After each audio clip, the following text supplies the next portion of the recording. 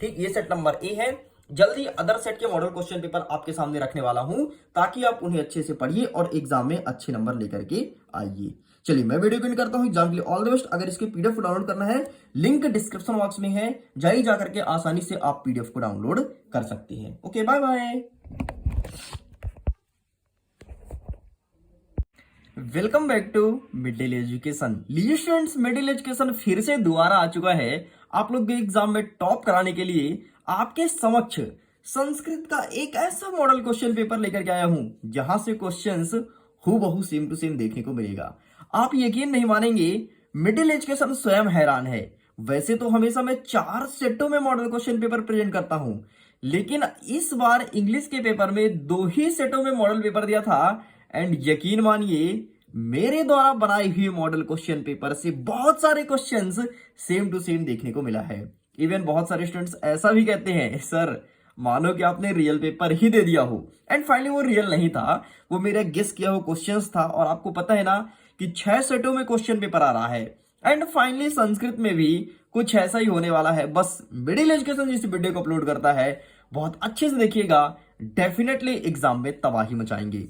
देख सकते हैं आपका प्रश्न पत्र कुछ इस प्रकार से रहेगा। एंड इस बात को ध्यान रखिएगा, यह एक मॉडल पेपर ही है। अगर आप इससे पढ़ते हैं तो डेफिनेटली एग्जाम में अच्छा स्कोर देखने को मिलेगा, चाहे सेट नंबर ए हो, बी हो, सी हो, डी हो या फिर ई और एफ। तो चलिए फटाफट हम वीडियो को स्टार्ट कर लेते हैं।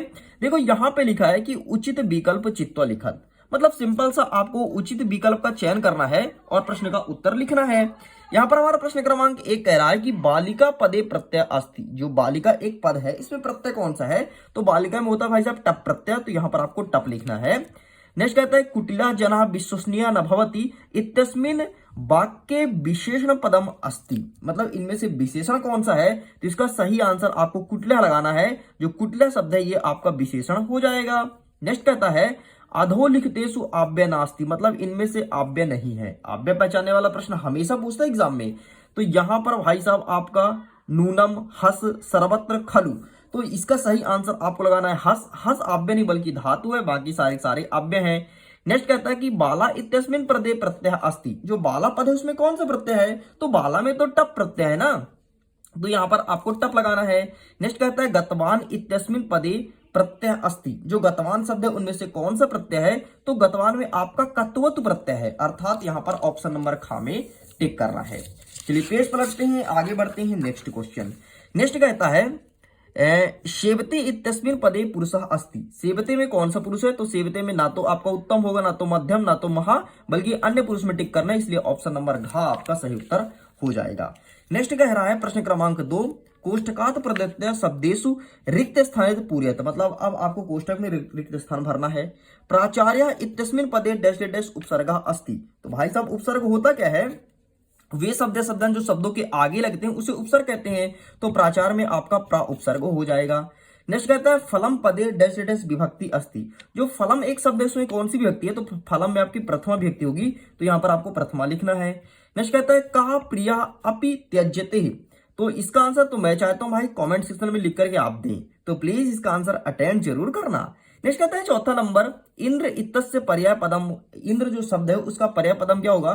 तो इंद्र को हम बासवः भी कहते हैं, तो ये आपको लिख देना है। नेक्स्ट 5वां नंबर कहता है स्वजना कुत्र प्रहारति। ये प्रश्न बोला गया है, तो इसका आंसर भाई साहब मैं स्किप कर रहा हूं।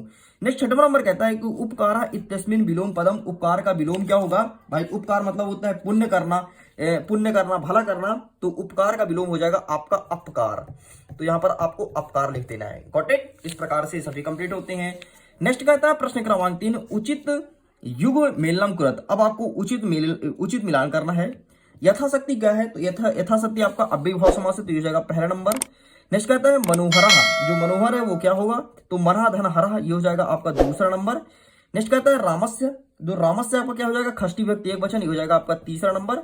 नेक्स्ट कहता है वक धन ईसा, तो वक धन ईसा बराबर वकीसा होता है। ठीक, तो अभी तो इसको स्किप करते हैं क्योंकि ऑप्शन के अकॉर्डिंग ऐसा कुछ मिल नहीं रहा है। नदी आपका द्वितीय बहुवचन हो जाएगा, तो हो जाएगा 5वां नंबर। सुपुत्र में आपको सु है, भाई साहब ऑप्शन में गलती है, बकधन ईसा वकीसा होना चाहिए, तो यहाँ पर संहिता लिखा है। ठीक है, ऑप्शन में मिस्टेक है, कोई दिक्कत नहीं यार, हो जाता है कभी कभी।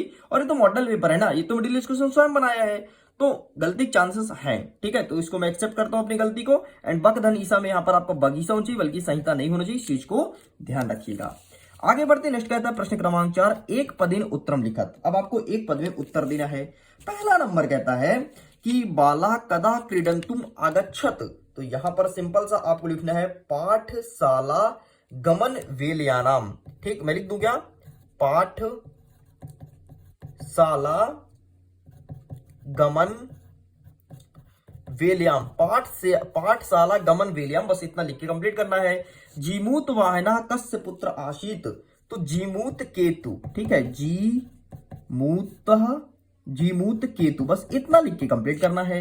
नेक्स्ट कहता है कुद्र दरिद्रता न भवते। तो यहां पर आपको लिखना है प्रिय वाक्य प्रदानेन। क्या लिखेंगे? प्रिय वाक्य प्रदानेन, प्रिय वाक्य प्रदानेन लिख के कंप्लीट करना है। नेक्स्ट कहता है लोक रक्षा कथम संभवती।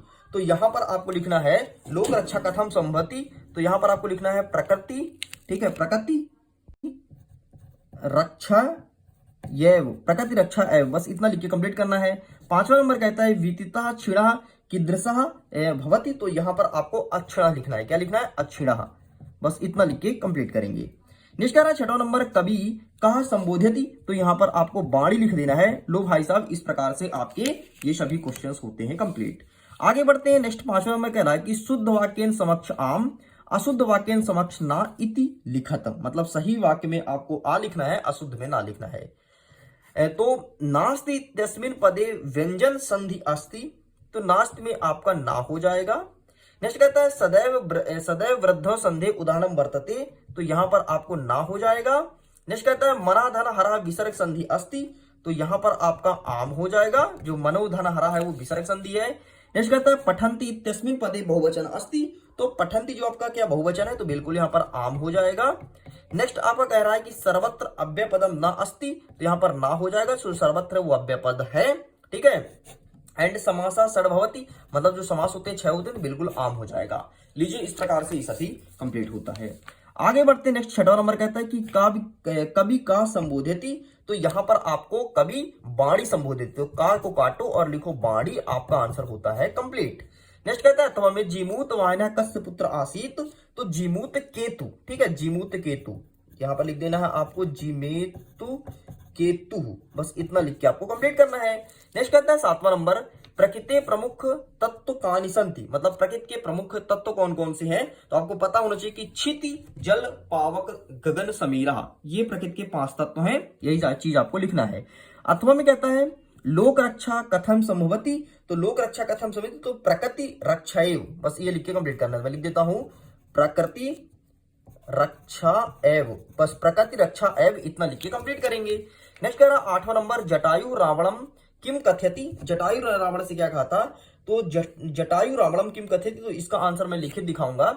अथवा में कहता है कि बालिका किम दृष्टवा आश्चर्यचकित जाता। तो इसका भी आंसर आपको लिख करके दिखाया जाएगा। 9वां नंबर कहता है कि स्वर्ण काका काम अखादंती। तो यहां पर आपको लिखना है तांडुलान, बस ये लिख के कंप्लीट करना है, ठीक है, ये डा है तांडुलान। नेक्स्ट कहता है कि कवि बाणी किम कथयति। तो कवि बाणी यहां पर मैं लिख देता हूं निनंदायितु, बस इतना लिख के कंप्लीट करना है। एंड हमारा 10वां नंबर कहता है कि कुत्र दरिद्र न भवते। तो यहां पर आपको लिखना है प्रिय वाक्य प्रदानेन दरिद्र न भवते। एंड अथवा का क्या कहता है सज्जन मित्रई कीदृशी भवती। तो पूरी लक्ष्मी पश्चात च बुद्धिमती भवती, इतना लिख के कंप्लीट करेंगे। तो इन सब का आंसर मैं दिखा देता हूं ताकि तुम्हारे कलेजे में आए संतुष्टि कि सही आंसर क्या होगा। तो ये रहा बेटा, प्लीज टेक अ स्क्रीनशॉट, यही सब आपको लिखना है। एंड आगे देख लेते हैं, तो ये रहे, ठीक, ये सब आपको लिख के कंप्लीट करना है। आगे बढ़ते हैं। 11वां नंबर कह रहा है कि रेखांकित पदानी अधिकृत प्रश्न निर्माण कृत कोपिद्वय। अब कोपिद्वय का प्रश्न निर्माण करना है, मतलब जहां जहां डैश लगा है ना, वहां वहां प्रश्न निर्माण करके लिखना है कि क्या क्या हो जाएगा। जैसे पहला नंबर कहता है कि अयम तथा सदा पूज्यते। तो पूज्य के स्थान पर आपको कहा कर देना है, ये आपका प्रश्न बन गया।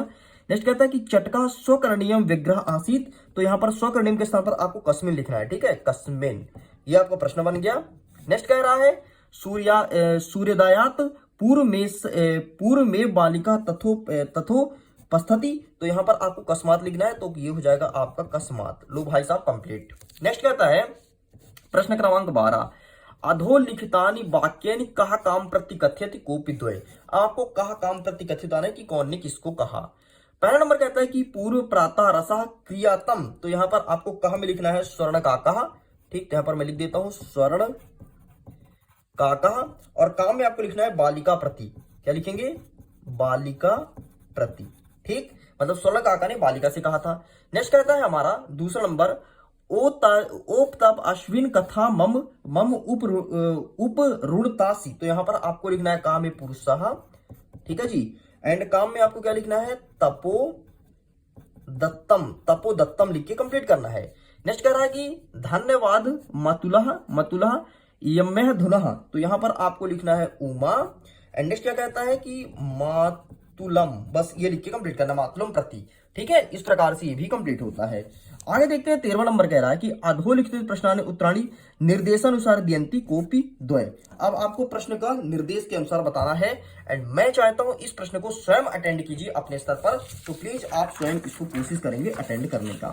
ठीक है, आगे बढ़ता है प्रश्न क्रमांक 14। 14 नंबर कहता है प्रश्न पत्रे समागत श्लोकाय विहाय स्व पाठ्य पुस्तक सुभाषतानी द्वय लिखत, मतलब अब आपको आपके पाठ्य पुस्तक से 2 सुभाषतानी लिखना है। तो इस वीडियो में हम प्रश्न क्रमांक 14 तक ही कवर करते हैं। मैं उम्मीद करता हूं वीडियो काफी पसंद आया होगा। आगे क्वेश्चंस को जल्द ही कवर करेंगे एक नेक्स्ट पार्ट के वीडियो में। वीडियो पसंद आए तो वीडियो को लाइक कीजिए, अपने दोस्तों के साथ शेयर कीजिएगा, पहली बार आए चैनल को सब्सक्राइब जरूर कीजिएगा। मिडिल एजुकेशन ऐसा ही कंटेंट लेकर के आता है, एंड मैं नेक्स्ट वीडियो में प्रयास करूंगा कि जो आपको लिखा है संस्कृत के वाक्य उसको हिंदी में समझाऊं एंड आपके सामने प्रेजेंट करूं, और जल्दी से जल्दी और भी सेटों के मॉडल क्वेश्चन पेपर आपके सामने लाए जाएंगे। ये आपके सामने सेट नंबर ए है, इस चीज को ध्यान रखिएगा। ठीक, ये सेट नंबर ए है।